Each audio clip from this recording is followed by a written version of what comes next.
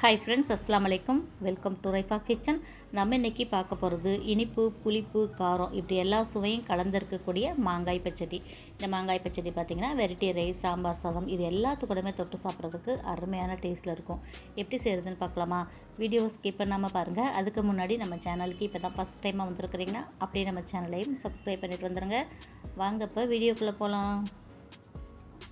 இந்த பச்சடி செய்கிறதுக்கு நான் கிளிமூக்கு மாங்காய் தான் எடுத்திருக்கேன். இந்த மாங்காயில் தான் நல்லா புளிப்பு, இனிப்பு எல்லாமே கலந்துருக்கும், டேஸ்ட்டாகவும் இருக்கும். இப்போ மாங்காயை நம்ம தோலெல்லாம் சீவி எடுத்துக்கலாம். தோலோடு சேர்த்தாலும் சேர்க்கலாம்.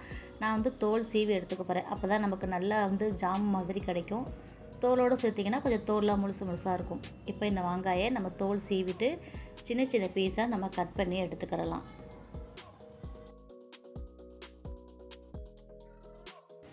இப்போது மாங்காய் கட் பண்ணி ரெடியாக இருக்குது. நம்ம பச்சடி தாளிக்க ஆரம்பிச்சிடலாம். பச்சடி செய்கிறதுக்கு அடுப்பில் ஒரு கடாய் வச்சுக்கோங்க. கடாய் சூடானதும் எண்ணெய் சேர்த்துக்கோங்க. எண்ணெய் சூடானதும் நம்ம கடுகு, உளுத்தம் பருப்பு சேர்த்துக்கிறலாம்.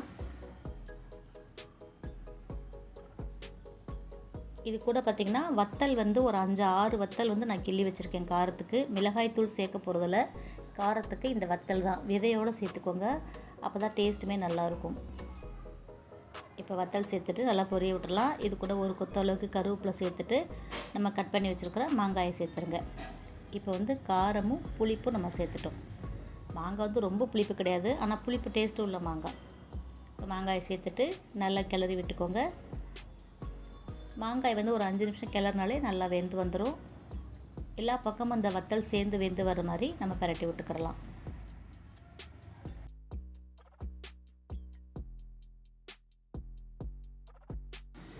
இப்போ இது கூடவே இதுக்கு தேவையான அளவுக்கு நம்ம உப்பு சேர்த்துடலாம்.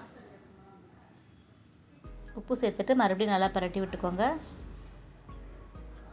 இப்போ பாருங்கள், மாங்காய் நல்லா வெந்து வந்துருச்சு. 3/4 வேக்காடுக்கு மேலே வெந்துருச்சு. இன்னும் கொஞ்ச நேரம் வச்சோன்னா நல்லா நமக்கு இலகி ஜாம் மாதிரி வந்துடும். இந்த நேரத்தில் நமக்கு ஸ்வீட்டுக்காக வெல்லம் சேர்த்துக்க போகிறோம். வெல்லம் ஒரு 50 கிராமுக்கு மேலே எடுத்திருக்கேன். நான் இப்போ வெல்லத்தை பொடி பண்ணி வச்சுருக்கேன். அந்த வெல்லத்தை இதில் சேர்த்துடலாம். சேர்த்துட்டு நல்லா வெல்லம் நல்லா கரைஞ்சி மெல்ட் ஆகி வர வரைக்கும் நம்ம கிளறி விட்டுக்கிட்டே இருக்கலாம். அப்போ தான் பச்சடி நல்லா அல்வா மாதிரி வரும் நமக்கு.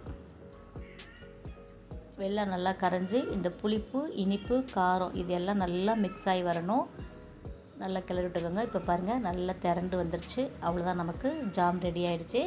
இதை நம்ம வேறு பாத்திரத்துக்கு மாற்றி வச்சுக்கலாம். இப்போ நல்ல மாங்காய் சீசனுங்க. இந்த சீசன்லேயே நம்ம மாங்காயில் செய்கிற ரெசிபி எல்லாமே செஞ்சுக்கலாம். பச்சடி, ஜாம், ஊறுகாய் இது போல் நிறையா ரெசிபி நம்ம செஞ்சுக்கிறலாம். நான் இந்த ஜாம் செஞ்ச அன்னைக்கு மீன் மேக்கரில் பிரியாணி தான் செஞ்சுருக்கேன். அந்த பிரியாணிக்கு தொட்டுக்கிறதுக்கே சூப்பராக இருக்கும். அப்புறம் சாம்பார், நீங்கள் வெரைட்டி ரைஸ் எந்த குழம்பு வச்சாலுமே சைடிஷ்க்கு இந்த மாங்காய் பச்சடி செஞ்சிங்கன்னா சூப்பராக இருக்கும். அதோடு இல்லாமல் சப்பாத்தி கூட வச்சு சாப்பிட்றதுக்கு நல்லாயிருக்கும். ப்ரெட்டில் வச்சு சாப்பிட்றதுக்குமே இந்த மாங்காய் பச்சடி சூப்பராக இருக்கும். கண்டிப்பாக அந்த ரெசிபி உங்களுக்கு பிடிச்சிருக்குன்னு நினைக்கிறேன். பிடிச்சிருந்தா நீங்களும் செஞ்சு பாருங்கள். செஞ்சு பார்த்துட்டு எப்படி இருக்குன்னு சொல்லுங்கள். வீடியோ பிடிச்சிருந்துச்சுன்னா லைக் பண்ணிவிட்டு நிறையா ஷேர் பண்ணிவிடுங்க. அப்படியே நம்ம சேனல் இது வரைக்கும் சப்ஸ்கிரைப் பண்ணால் பார்த்துக்கிட்டு இருந்தீங்கன்னா ப்ளீஸ் சப்ஸ்கிரைப் பண்ணி சப்போர்ட் பண்ணுங்கள். இன்ஷா அல்லாஹ் இன்னொரு வீடியோவில் பார்க்கலாம். பாய் ஃப்ரெண்ட்ஸ், அஸ்ஸலாமு அலைக்கும்.